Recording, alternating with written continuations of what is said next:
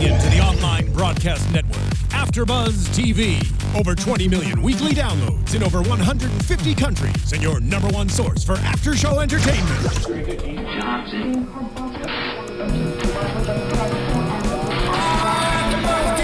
AFTERBUZZ TV, the destination for TV superfans. Producing aftershows for over 300 of your favorite TV shows. Interviewing celebrities and showrunners. And bringing you behind-the-scenes exclusives. All thanks to E! Entertainment's Maria Menounos, producer Kevin Undergaro, and internet leader Akamai. Now, let the buzz begin! I love that song. I just love it. Let's just take a moment to listen to it. All right, that was a moment. Welcome back, cowboys and cowgirls. This is Dallas, Season 3, Episode 14 and 15, Endgame and Brave New World. This is the 2-hour season finale. I'm your host, AJ Gibson, here with Dorinda Barker and Kellie Olisky, coming to you from the AFTERBUZZ Studios in beautiful Hollywood, California. Thanks for coming back. We are excited about this. It's a lot. A lot just happened. We just, as you know, we just walked out of the viewing room. And we're all just kind of blown away right now, trying to figure out how to actually recap these 2 episodes. Yeah, together. Seeing what we just saw. So we're going to do the best that we can, but we'll get to the juicy stuff. Well, there's a lot of juicy stuff. Yeah. But we'll get to that dramatic ending in a bit. Let's start off at the top of episode 14, Endgame. So let's go there. All right. Okay. So we've got Bobby making a play. To get Emma and Anne back, right? Which is where we left off last episode. Luis had told him that you can only get one of them back. He then basically manhandles Luis, shakes hands with him, says, I'm going to keep you, you're a man of your word, so am I, and we're going to make sure that I get back both women.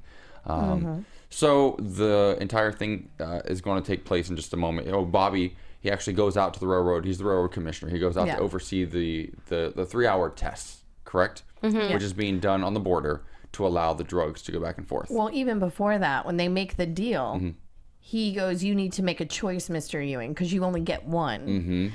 And his choice, he goes, and you take a time, take the minute, take the time you need. And he goes, Emma. He goes, oh, that choice wasn't... Very quickly, he made the choice. Yeah. And Luis said, oh, that wasn't a hard choice for you. Yeah. But he knew that Anne would want that choice. If you think that Bobby chose Anne first and got Anne back, Anne would have never forgiven him. Of course. Right. Well, first of all, it's a tricky one because what do you do in that situation? Do you go ahead and say Emma because you know that's what your wife would say? Because as soon as he said Emma, I'm like, oh God, they're going to give him back Anne. In my mind, drug cartel is going to do probably exactly the opposite of what you actually tell them to do because they want to have more control over you. So in my mind, is there I would have said Emma if I really wanted. I would have said Anne if I really wanted Emma back. Because people are twisted like that. They just think, it's drug cartel. I mean, it's the drug cartel. Come on. The Mendez Ochoa drug cartel. Like they're really going to hold on to their end of the bargain. Right, exactly. They're going to screw you either way. So. Well, I thought it's a miracle that he got any of them back. Well, yeah. I think it's a miracle that they can all make it down south of the border into this little dirty house in the middle of nowhere multiple times in an episode without any time going by. How does that happen? They travel too quickly on Dallas. That is my one pet peeve of the show. They are all over the place so quickly. Private planes. I get planes. Private planes still have to land at airports somewhere. They're out in the middle of the desert. Maybe it's those little propeller ones that just land in the backyard. Oh, maybe it is. So as he oversees this 3-hour test, Ryland's trucks, they have trackers set to them, and there's an exchange. Bobby gets a key from a little boy outside of his car, and Anne is in the trunk, which is shocking to him. Also, right before that happened, we've got Trevino and Elena. They're talking on the porch. He says that he'll turn himself into the cartel to prove his love for Elena and to make things right, correct? Yes. Then all of a sudden he'll turn himself into the authorities and help take down the cartel. That's right. Yes. That's right. He'll turn himself in to take down the cartel, correct? Yes. As this is happening, they're having a conversation on the porch. There are black SUVs flying through the woods nearby. Who did you think were in the SUVs? I thought it was the cartel. So did I. I thought it was like Lucia. They told on him and they were like coming to get them. Where is Lucia in this episode? I know. I thought she was going to come into play. I thought she was too. I was kind of disappointed that she didn't make the cut in this episode. They just forgot about her. Yeah. If it gets renewed for a 4th season, I think she'll have to come into play because of certain things that just happen. By the way, tweet Dallas TNT and make sure this show gets picked up, because it has not been officially picked up for a 4th season yet, and it needs to, because it is one of the best shows on TV. Fantastic. I don't understand why why it doesn't get 20 million viewers an episode, because it's so fantastically written and acted. This entire show is just top notch. And seriously, watching a 2-hour episode back to back can get kind of exhausting. Sure. But this, I mean, every time we turned around, there was some new revelation, like something happening, that it didn't feel like we just sat and watched a 2-hour show. I would say outside of a Shonda Rhimes television show, there's nothing else on TV right now that gets me on the edge of my seat every single episode and has my heart racing. No, I think, I agree. Okay, fair enough. Well, thanks for stopping by. That's the show. No,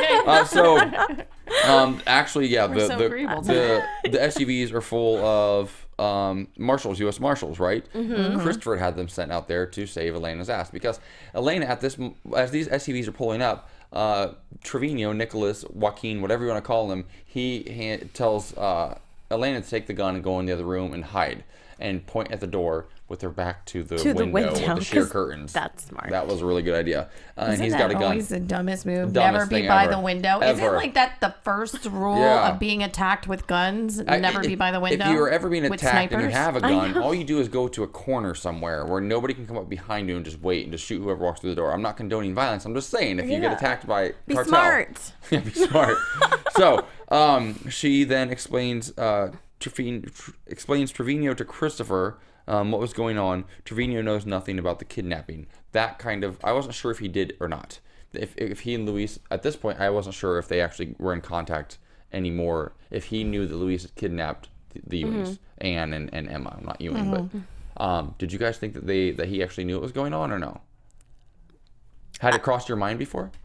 I think, to be honest, I didn't think Nicholas at this point knew, only because of how him and Luis left it the last time. And it was not very cordial. Like they were both trying to do their own thing to outshine each other. Yeah, I kind of thought Luis was going a little rogue to try to show out, kind of doing his, like a John Ross thing, just trying to show off on his own. Yeah, which Antonio talked about a lot last week, actually, and we saw it at the top of this episode exactly what he was talking about throughout this episode, actually. Yeah, it was so great to watch that play out. Yeah, so thank you for the insight. I think I was saying his name wrong last week. Is it Jaramillo? I think I was saying Jamarillo, and it's actually Jaramillo. Yeah. Is that correct? I think I said it backwards. Sorry about that, Antonio. Hope you have more Twitter followers by this week. Good luck with that. He's got more Twitter followers on the first day than I ever get, so it's got to feel really awesome. Great. So we move on. We've got John Ross, Ryland, Judith, and Sue Ellen. They're all back at South Fork. They get a call from Bobby. Judith is losing it. I mean, she is literally falling apart at the seams the last couple of episodes, which are the episodes that she should submit for Emmy nomination or Emmy consideration next year. No, I agree. Yeah. I mean, she's just she's so good. Everything she does is just amazing. Well, we talk about this a lot on the show and how I really firmly believe that this show has kept the spirit of JR alive without him being here for the last season and a half. Tremendously. And they've done it by writing great stuff for John Ross, who's now really coming into his own as JR's son, but also, and equally as important, Judith Light on this show has stepped in and filled that JR void so seamlessly. She is so badass, and she can deliver like those awful one-liners and still make you love her the way that only JR could. And it's really interesting that having played that character for decades, that she could step in a couple of seasons really do so much with this character. She really impresses me. Yeah, it's amazing. And one thing that I find really interesting too, and I know it's one thing that we talked about in the very, very beginning of season 1, was how were these new kids going to stack up to the older generation? And I think that it's so great that they actually brought in an older character to balance it out. Amen. Yeah, I mean, really. There aren't a lot of roles like this for actors in their 60s and 70s. There just aren't a lot. But Dallas, what I love about Dallas is that they not just pay respect to the old show. Those characters are central to every storyline still. And we thought at the beginning of this season, we saw all the advertising and the promotional stuff before the season started airing, like last spring, and they were hot and they were sexy, and that we're like, oh, they're really going to sex it up this season and really focus on the younger actors, and which they have, but they have not forgotten about all these older actors. And they just brought back Tracy McKay, and from the original series. And I love that they keep doing that because that actually keeps it fresh. there is work for older actors. And I love when shows like this actually like remind people like, hey, they're not dead. They're some of the best actors out there. And make them sexy. Yes. Oh, she's hot. Yeah. Tracy McKay. Linda Gray. Linda Gray's so hot. 74 years old. That's crazy. At 74, I want to look like her. Because she... Well, she made the comment at the end of towards the end of the episode. She's like, maybe I'll find love again. Yeah. Yes, good for you. I love that a 74-year-old character is looking for love. That is so cool. Absolutely. All right, so we've got Bum. He gives the flash drive and the CIA info to John Ross. John Ross buys off the CIA Navy SEAL guy, right? Correct? In the office. He gets a lighter with a tracker. So this lighter, the whole idea is that John Ross is now going to go try to get down to this house where Emma is being held hostage. And as soon as he lights this lighter, it's got a tracker in it. As soon as he lights the lighter, the Navy SEALs team is going to come in and take down the cartel. Right. Pretty cool technology. Very 007. Very. Elena apologizes to Christopher. She just wanted justice for her father, which I think we can all understand. Yeah. But I think it went a little bit too far. Obviously, Trevino is going to help the capture Mendoza. And my whole issue with Elena is, I mean, and Christopher's, the way that he kind of dealt with that and his frustration toward her, I thought was awesome. Yeah. Because she usually frustrates me, but she frustrates all of us, I think. Even more so in this episode, because not only did she already know for a couple of days that Nicholas was this bad guy and everything that he did that he kind of wrapped her up in, but she still was, had that emotion to be so forgiving toward him, which was just, Well, she's really wishy-washy, and that drives me crazy, because she even said at some point, I don't know if it was this interaction with Christopher, but she said, she was, Christopher, I didn't know about Joaquin until he told me. I'm like, so you did know, and when he told you, you should have done something about it. You still stayed. Why did you wait for days and have coffee on the front porch with him and just chill? Well, he said we were in grave danger. Oh, Lord. This is why. You are not a helpless human being, exactly. Elena. You made this revenge plan against the Ewings, and now you're pretending, I'm a damsel in distress. This is why the Ewings always win, because they stick together. They're not wishy-washy. They don't go all over. This is why she is such. No, they're coordinating black ops with Navy SEALs. Absolutely. While she's being flimsy and sipping coffee and thinking, oh no, what have I done? Well. Guess what, sweetheart? Move aside, because you've already messed this up too much. Let the Ewings come in and fix it again. And because of you, the Ewings are in this mess now. Yeah, of course. Yeah. So we've got Anne asks Sue Ann.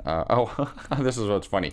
Okay, so no, I got this written down backwards. But so Anne has returned to South Fork. Yeah. And Sue Ann says to her, she says, honey, what can I do for you? What can I get for you? And Sue Ann Ellen. says, or Sue Ellen, I'm sorry, I wrote this down all wrong. But she says, Sue Ellen, I'd like some bourbon. You're going to tell the alcoholic Sue Ellen? whose main drink of choice is bourbon. I like a bourbon. Yeah. And I'm like, it's a little bit weird. But nobody thinks there's anything wrong with it. Except for John Ross. I got this. Exactly. Yeah. John Ross obviously picked up on it. He was like, it kills me how oblivious all of these people are. And I haven't made a reference this season. I know I made a lot of these last year, but it's kind of like The Young and the Restless, okay?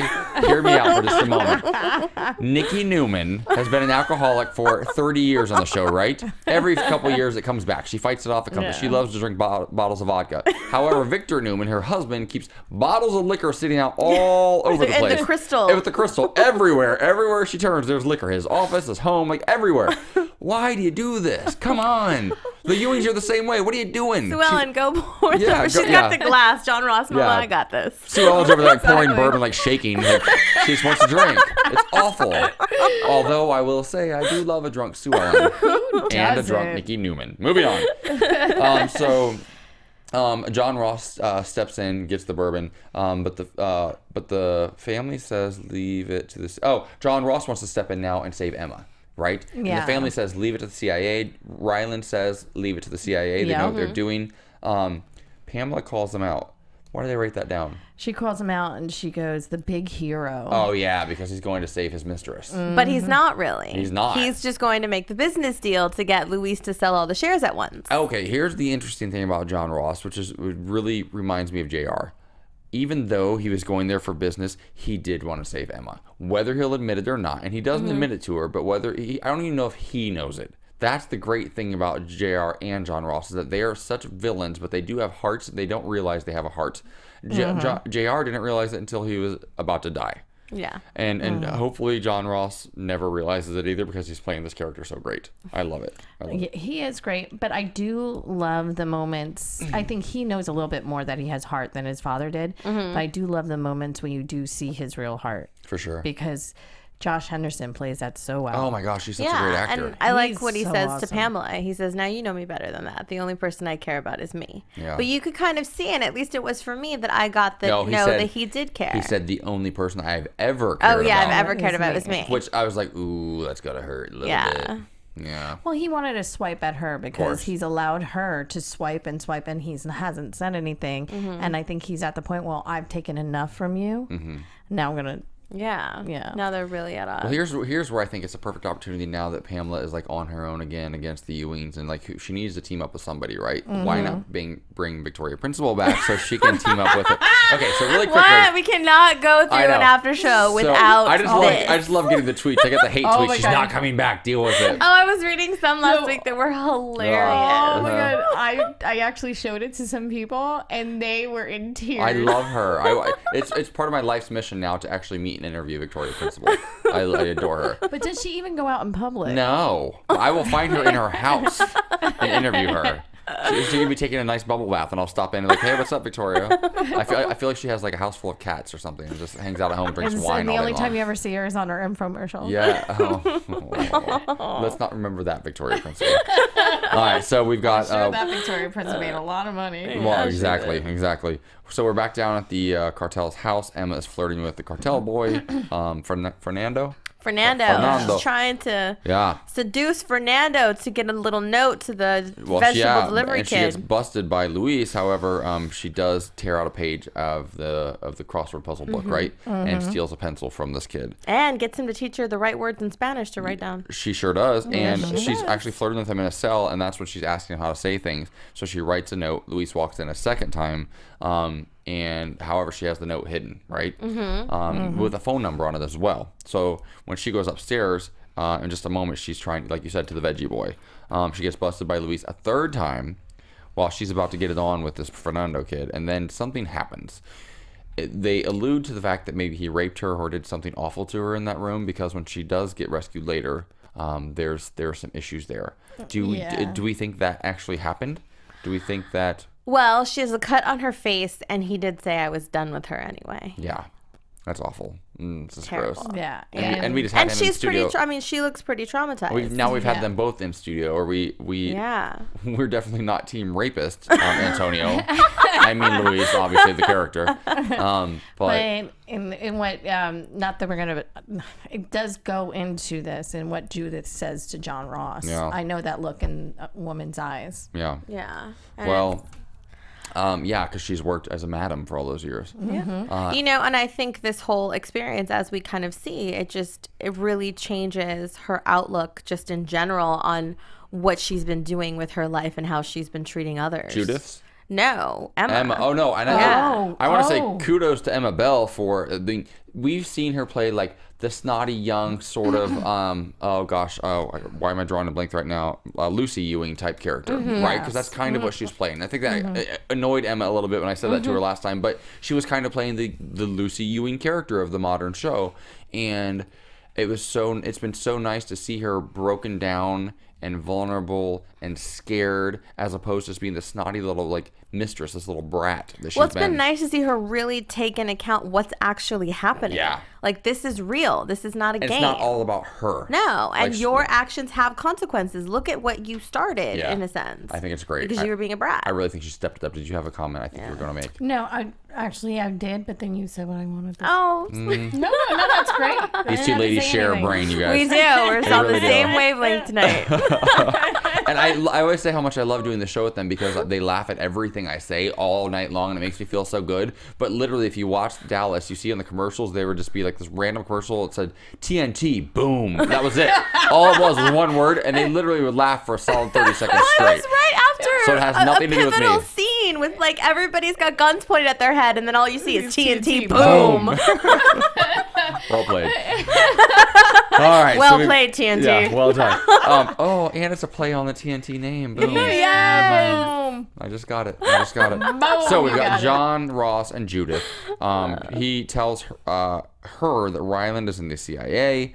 And speaking of the CIA, Trevino, he's now at the CIA. He's calling his boss El Polizero or whatever his name is. Orestes. Yes, they all have multiple names. I don't get it. Yeah. Well, let's call it. Well, the Polizero is like, because he boils everybody in acid. Oh, that's makes his nickname. The soup. That's his nickname. I guess I should have paid attention in Spanish 101 through 104. Whoops. So he makes the call, wants all three to get together. He, the boss, and Luis. Right? Cool. So now we've got. He's also trying to get Luis in trouble. He's trying to put, pin them against each other. Which is exactly what Antonio was talking about last week, that they have this sort of like his history. Yes. Big brother, little brother sort of weird history where they're trying to outdo Christopher John Ross very much. relationship. Exactly. It's the same family dynamic south of the border. Yes. Yeah. Yo quiero Taco Bell. Okay, I don't know why I felt like saying that all of a sudden. So, Trevino gets the meeting. Christopher said the line of the night. Christopher, oh my God, and just walks out. My favorite. I can't deal with him. Like, that was amazing. Yeah. Amazing. We all three of us were like, did he just say that? Nicholas is, I love you, and I hope that you'll see that I'm going to be the man that deserves your love. He's like, for crying out loud. Yeah. Seriously? Again, Elena, seriously? And that was my favorite part. He said, wishy-washy Elena. It's annoying, even to Christopher. Oh, come on, Jordana Brewster. Yet you want to be with him, and yet you want to be with her. So John Ross, he Gotta demands. get it, Chris. John Don't Ross get goes it. down to the house. He demands that Emma be released immediately. The Ewings are watching this Trevino meeting on camera at the same time where they're meeting in a parking garage, correct? Which kind of takes the drones out of the equation, apparently, because the Ewings and the CIA have drones, obviously. Well, the cartel send 5 vans. And the vans start moving in different directions, which was a really cool scene. It was, actually. It wasn't necessary for Trevino to walk through the vans the way they did. It was a cool, like, choreographed shot, but that didn't make any sense because they all... Well, he could have gotten into any van. That was the thing. They had him all lined up where you see him walking, but when you're watching it, you never see where he ends up. And plus, he dropped his phone in between. Yeah. That was still stupid because they all got moved around anyway, so why did it matter which van he got into? It was no, he got into the van that the guy was in. He didn't know, but he had to start from one end to get to the right one. That was dumb, though, because you could see him in between them. Yeah, but it's like three-car Monty. Okay, calm me down, Dorinda. Of, like, minivans. Okay, you're in a timeout, Dorinda. So, these vans all go in... Whatever, it worked. He got away. Or a 5-car Monty. So, yeah, the cars, he does get away. He gets away. Whatever happens, with all those 100 cameras on him. Beautifully choreographed scene. Yeah, listen, whatever I think about Joaquin, he's smart. And the cartel's not stupid either. Yeah, they're not stupid. They're not about to take over the Mexican government, being stupid. You have a lot of first-hand knowledge of the Mexican drug cartel? Got it. Joaquin always says, I'm the one who went to school. I'm the smart one. Even though you lost $600 million, he's the smart one. Yeah, real smart, Joaquin. So, Emma's returned to South Fork. Judith sees George, and then she calls... Wait, real quick. We have to talk about John Ross and Luis's conversation. Oh, before Emma gets released. Oh, where's that? It's before Emma gets released. When John Ross goes and has the meeting with Luis, and they're sitting there. Oh yeah. And he's playing on the whole his thing with Luis or with Nicholas, and just like him and Christopher, he talks it all out. He's totally goading him. Yeah. Everything that Antonio talked about with us last week, this all plays out in this one amazing scene. Just really pulling at him and taunting him and. You're the one that makes all the tough choices and does all the dirty work, and he gets to have all the glory. Trying to relate to him, but also at the same time make him feel kind of like shit. And then John Ross, was it Luis or John Ross? He says, you're an underappreciated... Oh, John Ross says to Luis, you're an underappreciated asset. Yeah. And then Luis says, we're slow, but we figure things out. I love that line, actually. And I love that. No, John Ross said that. Yeah, John Ross said that. Yeah, John Ross said that. Because he's like, I don't know who Nicholas is. And he said, he's the one that lost your $600 million and just took over my company to pay you back. We're slow, but we do figure things out. And he also pointed out that he's living he's in a penthouse right now. When you're here in this little shack down in Mexico, he's getting paid a lot more than you are. Yes. He's riding around in a $100,000 car. And what are you doing? You're living over here. Yeah, exactly. He's wearing $5,000 suits, $100,000 car, and look at you in this. I mean, he's like in this Mexican, you know. I want that life. All right. So then we've got Don Orestes, the leader, right? He shows up at the house. Luis trying to outdo Trevino, and he tells Trevino to shoot Luis.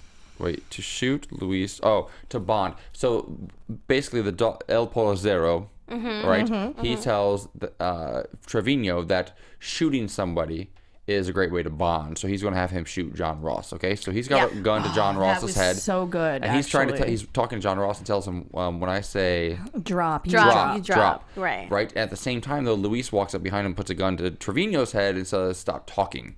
Exactly. Hence, then it goes to the boom commercial. The boom, which is hilarious, especially in the room with these two. No, but even before that, when when Polizero is talking to Nicholas and saying, you know, you have this all wrong. We're not, you know, we're criminals who do business. Yeah. Murder is a wonderful bonding experience. Yeah. It proves you're totally committed. I love that you write down these quotes. Psycho. Thanks, Dad. Yeah, right, exactly. I learned it from you, Dad. Yeah.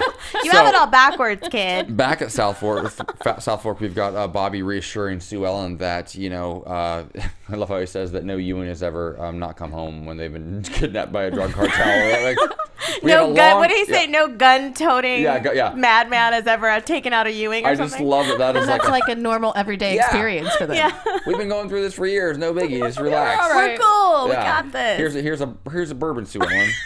Drink yourself into a stupor. And then think you'd burn the house down. Well, yeah. Well, yeah, exactly. She had a rough patch. But then he's about to tell her about a conversation that he had with Carlos Del Sol, and they get interrupted. Yes, they do get interrupted. Rings. Well, that's that's after what's about to happen. Well, the doorbell rings because down in south of the border, these things are all happening simultaneously. Yeah.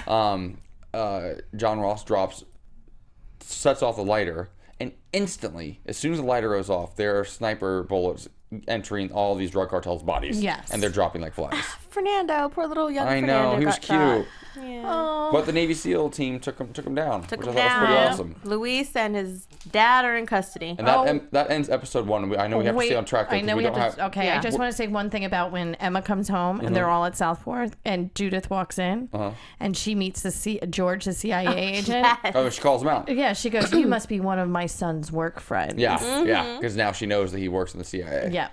Yes. Okay, go ahead. All right, I just want to make sure. Hey, Marissa.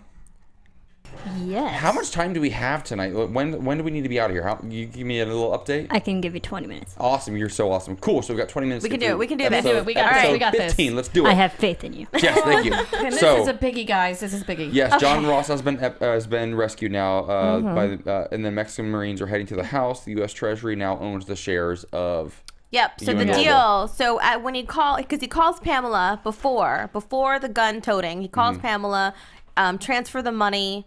She's about to do it, and then the raid happens in the midst of this money getting transferred, the sale going through. So the government seizes it, and it doesn't go through. And so once again, he screws up with Nasser's plan. Exactly. And exactly. Yes, disrespects him. Well, yeah, but it might be... he was about to die. So. True. There is that. He didn't do it. This time he didn't really do it on purpose. George now offers... he tells Ryland he'll still have Judith arrested, but instead Ryland says he sees his mother and his daughter now bonding. He's got a soft spot, and he's like, well, I want to hold on to this for some assurance. I will hold on to this audio file so I can blackmail her if I need to.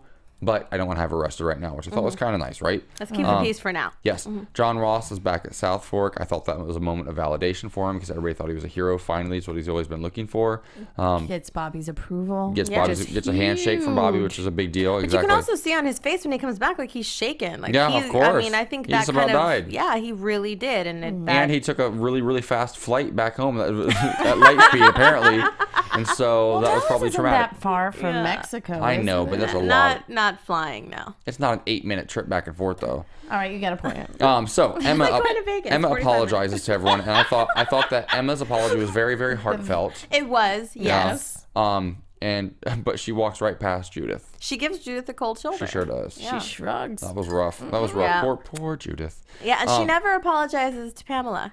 No. Well, I feel like at this point, Pamela doesn't deserve an apology because Pamela's kind of being a raging biatch. Well, and Pamela also walked off before and walked by her. No, she did. Yeah, she did, but she could have, Even though I think Pamela, she should have said something. I think Pamela would have probably done some kind of Ice Queenie thing, which she does so perfectly well. Her. And I would have really liked to have seen that. Mm-hmm. She would have looked right at her and said, "I rebuke you." And she would have just like flown into the air or something. Yes, in a blaze of glory. So Trevino's back in custody. He asked Elena to dinner at the penthouse, which is, of course, what you do when you're getting, you just about died. And again, Christopher's like, seriously? Yeah. He always shows up too. Did you notice that? He just was there. It wasn't like all of a sudden he shows up and he goes, "Oh, for real?" Yeah, he's just like, "Are you kidding me? You're having dinner with this guy?" Christopher wasn't very central to this whole storyline. No, he was very much in the background. Yeah, I mean, throughout the whole episode. Yeah, he saved Elena, and then he was kind of gone the whole episode. Yeah.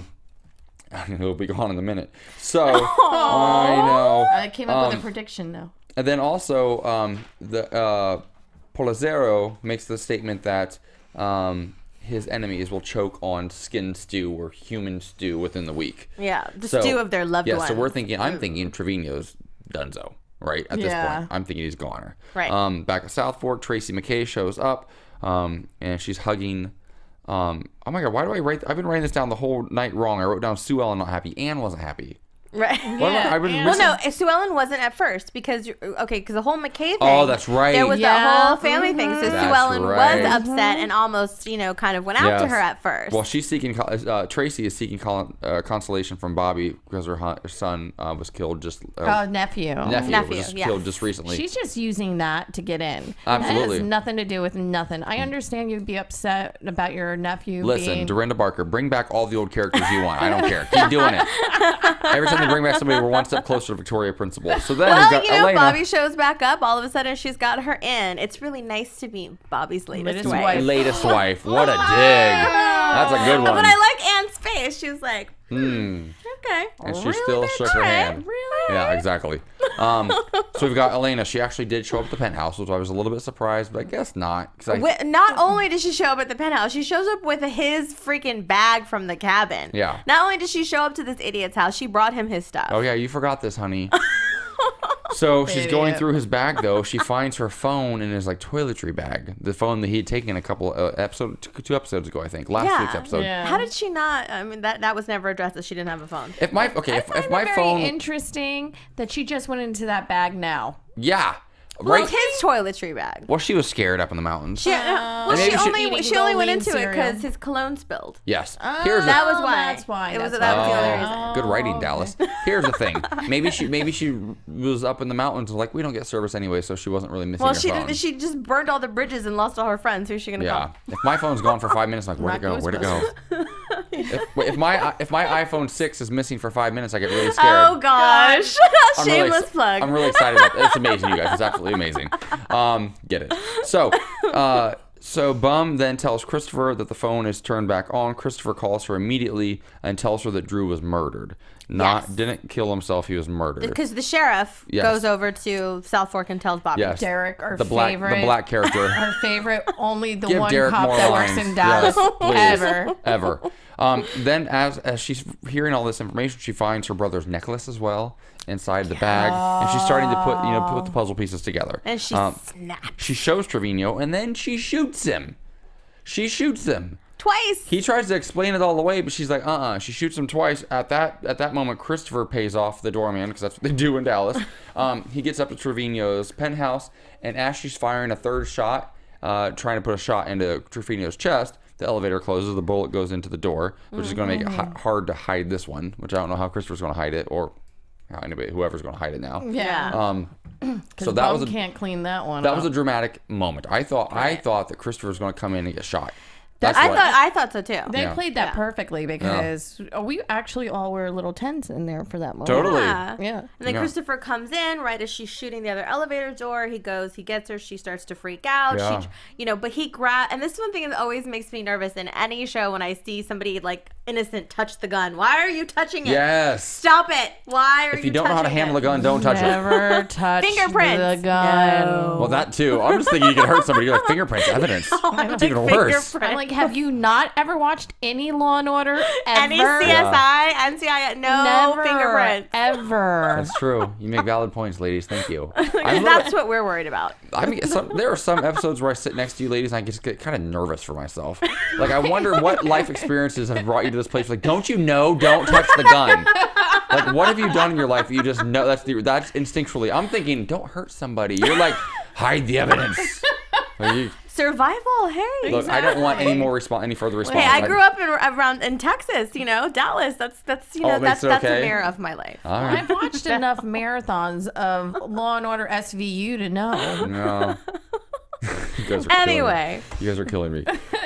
So, Anne goes to Ryland's house. He confesses her undying love for her, right? I love you, Annie. She appreciates that he's changed, but she shuts him down, which I was really happy with. Yeah. I want her to shut him down. She said that, she loves Bobby. She's got to try to make that work. She's sorry, but nothing's going to happen here. Yeah, I like that. I like how she handled that. I do too. Then we've got a limo pulling up as John Ross is driving back to South. Honestly, when I first saw that, I thought John Ross was dead. I thought that was going to be like a drive-by. Yeah, I wondered too. Or I thought it was Victoria Principal's hand coming out the limo. Which I haven't talked about her a lot this season, that so in the room. I did Which say that. She did say that. I was like, in oh the my God, room. look, it's Victoria Principal's hand. It's old. No, it's just Judith Light's. It's a beautiful hand though, Judith. Oh my God, I cannot She has wait a gift. Yes. A wrapped box out the Holds window. out the limo, yeah, and then he gets back into the car with her. She gave him back Candace's dress with the evidence on it and picture files and all the pictures, so that now he trusts her. Hopefully, she knows something more happened to Emma. She wants to find out. She wants him to befriend her to find out. Oh, great line though. We have to say, the company of a young man always makes me feel better. Of course it does. Did you see when he got into the limo? Yeah. Yes. And She's her like, come over hand here. was on his butt. Oh yeah. Yes. That's She so hot. positioned that well. And the thing is, And she talked about looking a gift horse in the mouth. How old is Judith Light? Do we know? I don't know. Somebody look it up. In her 60s. Marissa, can you find out how old Judith Light is? Okay. Will you Google that or something? I love you. Okay, so it's 65. Okay, just kidding. We all have computers apparently in our hands. Oops, I forgot. I should have used my iPhone 6. Probably the fastest one in the room. Apparently not. So I think it's really awesome to me that a 65-year-old that a 65-year-old can hit on a young hot man like that, and it still is like awkward but also kind of sexy. It only got better from there. Yeah. Oh, she's just so. Mama like. Oh, Mama. Mama Very like. much mama She like. does. She also asked John Ross to, like I said, befriend Emma, but to get Ryland and some CIA info for her. Yeah. Right? So now we've got Anne asking Bobby for a fresh start as they're standing in the rubble of the burnt down home. And he said that Miss Ellie, I love the reference to Miss Ellie in this. He said, a great job. yes, they really do, about these legacy characters they always bring back that haven't been on the show for decades. He says that she had a framed card, or a card that she left on her desk all the time. It said, the quote was, "My friend is not perfect, nor am I, but we suit each other admirably." I thought that was so beautiful. Yeah, that was pretty. And really just is like a perfect reminder of who Miss Ellie was. I love it. I love it. It's a perfect quote to use at a wedding. Yeah. Yeah. Oh yeah, of course. Yes. There you go. I just thought about that. I was like, oh. You were at a wedding this weekend. I was. You were in wedding. Where were you? Annapolis. Oh, it's beautiful. I'll have to get there one of these days. You have to. For sure. Well, we're glad to have you back. So now I've got Pamela buying the company from Nasir because she's in bed with him. John Ross walks in with and they're in bed. flowers and coffee. Yes, trying to make things better, showing again that he does kind of have a heart. And she's in bed with Nasir, and she lets him know that she's buying the company back. That sends John Ross into a tizzy. He's not very happy. He's thinking, he's falling apart. But of course, he does what he does, and he shifts gears and tries to save face somehow, right? So he's always hustling. So we've got Anne. I love Anne reads the text from Tracy McKay. So that's just a little bit of foreshadowing of what could happen in season 4. And that's yeah. Yeah, for sure. A grieving aunt now has lost another loved one, and she's coming back to one of her past loves. Why not? Yeah. Thanks for holding me. You always Yes. make me feel better. Yes, it's so nice to meet his latest wife. Turn the text preview off, Bobby. Yes, Text preview off on lock. please. Exactly. Just so Where you guys it know, just says new message, new message, new message. iPhone 6, and I think actually on the iPhone 5, I see it right there on the 5S, you can actually set the phone to only read your thumbprint, so nobody can ever get in your phone ever. It's amazing. You guys should check. I love iPhones. Yes, and do you have, turn a the Galaxy preview over on there? lock Yeah, off. and by the way, for all you iPhone people who used to make fun of the size of my S4, that thing is huge. It is. It really is. I love it. I love it. So now we got Bobby and Sue Ellen. They bought the share. I wrote down Sue Ann. Was I drunk tonight during this episode? What is going on? I don't know what So we see Pamela back at the office. She's Yeah. back at Ewing Global. She's trying to tear down you know, the sign with her bare hands. She's like, I know cocky, you have pulling strength, at the sign. girl. I know you got strength, but you ain't got that much strength. Right. Oh, but I did love what John Ross said to her. At first, I got mad at it, and then I thought, I was like, "Oh, that was a good Well, thing." let's get there in just a moment, though, 'cause no, right- this is before. This is before. When before he in the storms bedroom. out in the in the bedroom. bedroom. In the bedroom, yes. And he said, "You just became that whore my cousin married." Oh, and that felt like it really actually affected her. Yeah. Yep. It looked like she was really hurt by that. Yeah. I think Pamela's a great character on the show. No, I think Oh, she's yeah, amazing. she She's is. one of my Julie favorites. Gonzalo, you're a great actress. Yeah, no, she's great. So then he finds out that Bobby and Sue Ellen have bought back the shares. And Well, they've because I done- like how Bobby says that she's pulling at the sign. That's not necessary. Yeah. Well, they did this for peace because they know what this cycle, this endless cycle does to the family, and they are thinking they're stopping this. But Pamela's like, this is exactly what you've always done. It's exactly what happened to Digger. It's exactly what happened to Cliff. Now you're doing it to me. It's the same cycle. So it's all about perspective. Right. From their perspective. And I think that Bobby and Sue Ellen do really feel like they're doing the right thing, and maybe they are.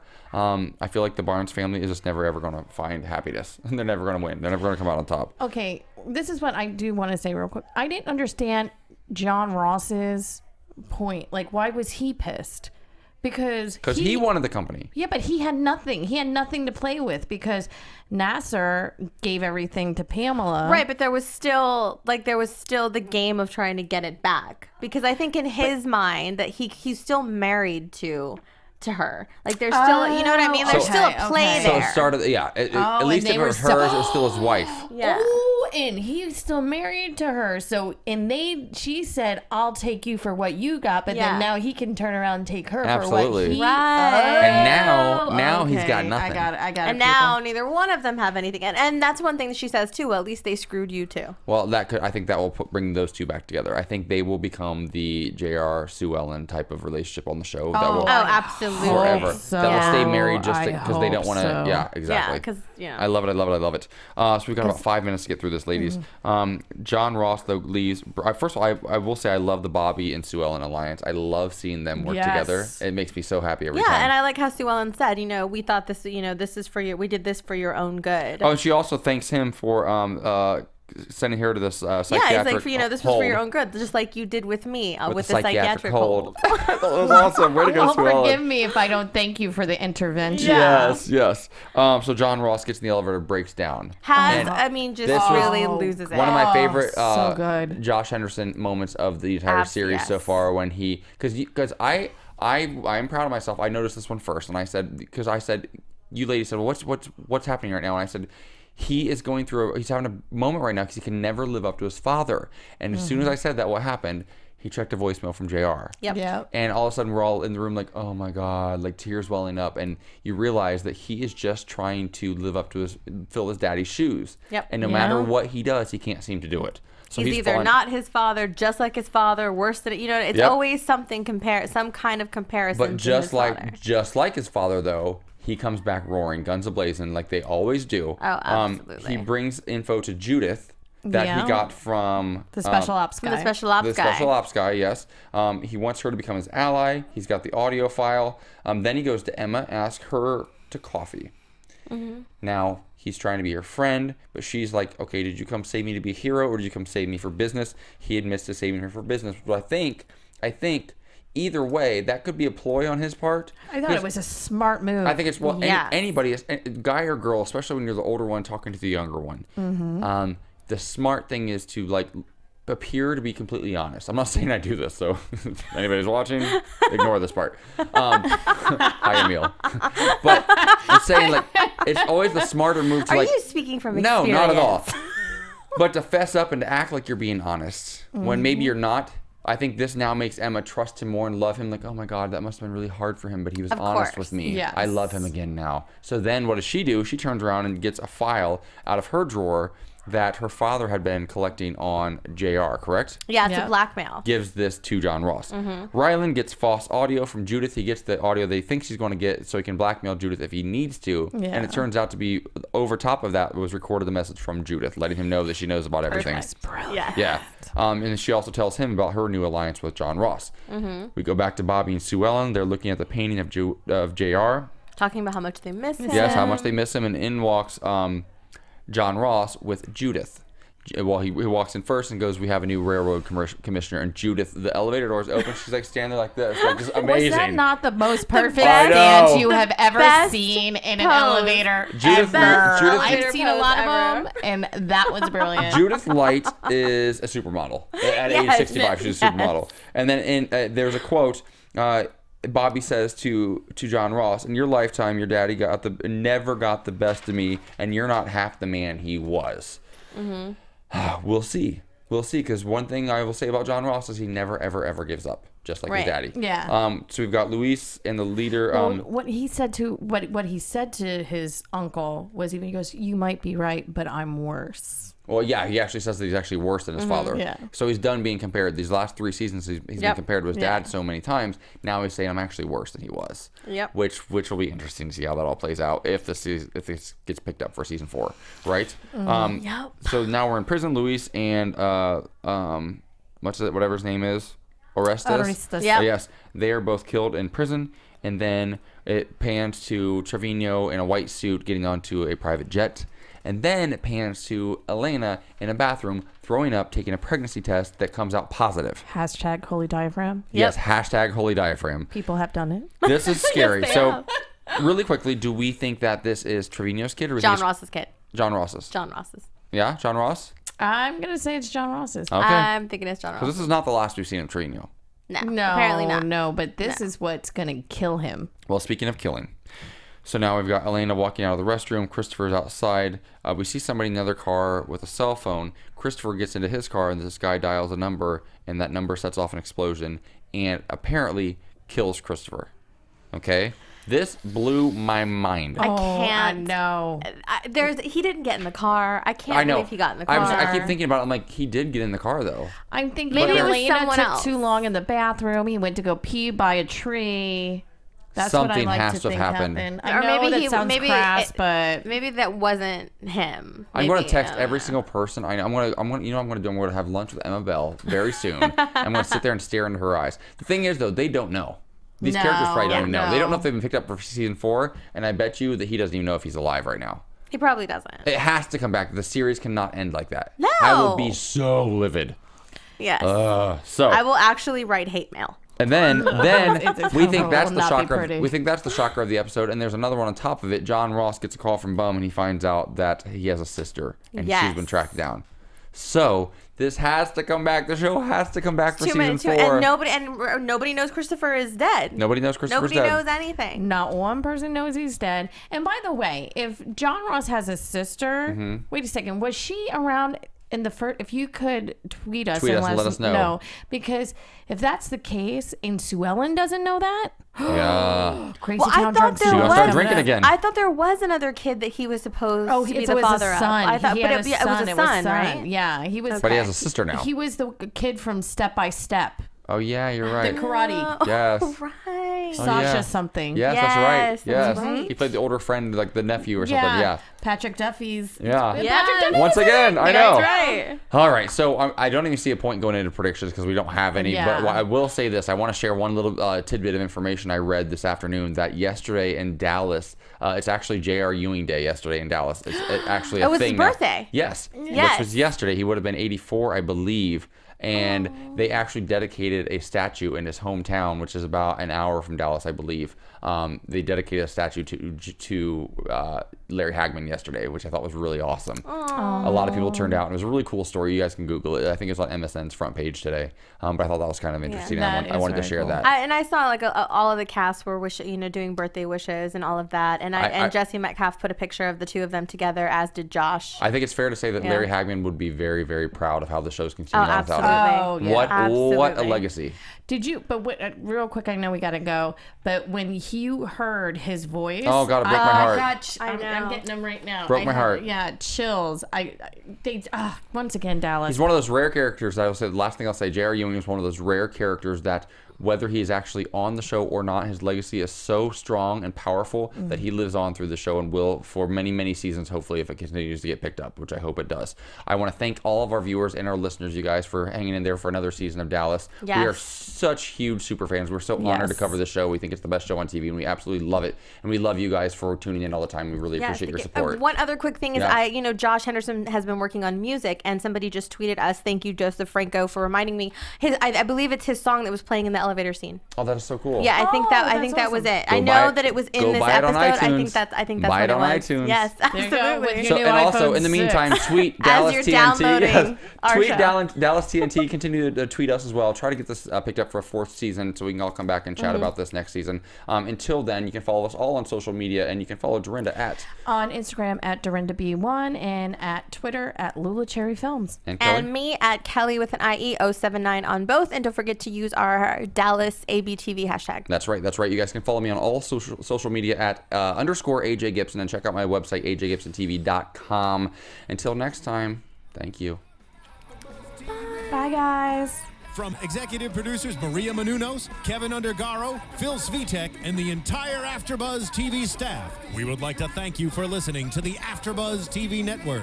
To watch or listen to other after shows and post comments or questions, be sure to visit AfterBuzzTV.com. I'm Sir Richard Wentworth, and this has been a presentation of AfterBuzz TV. Buzz y'all later. The views expressed herein are those of the hosts only and do not necessarily reflect the views of AfterBuzz TV or its owners or principals.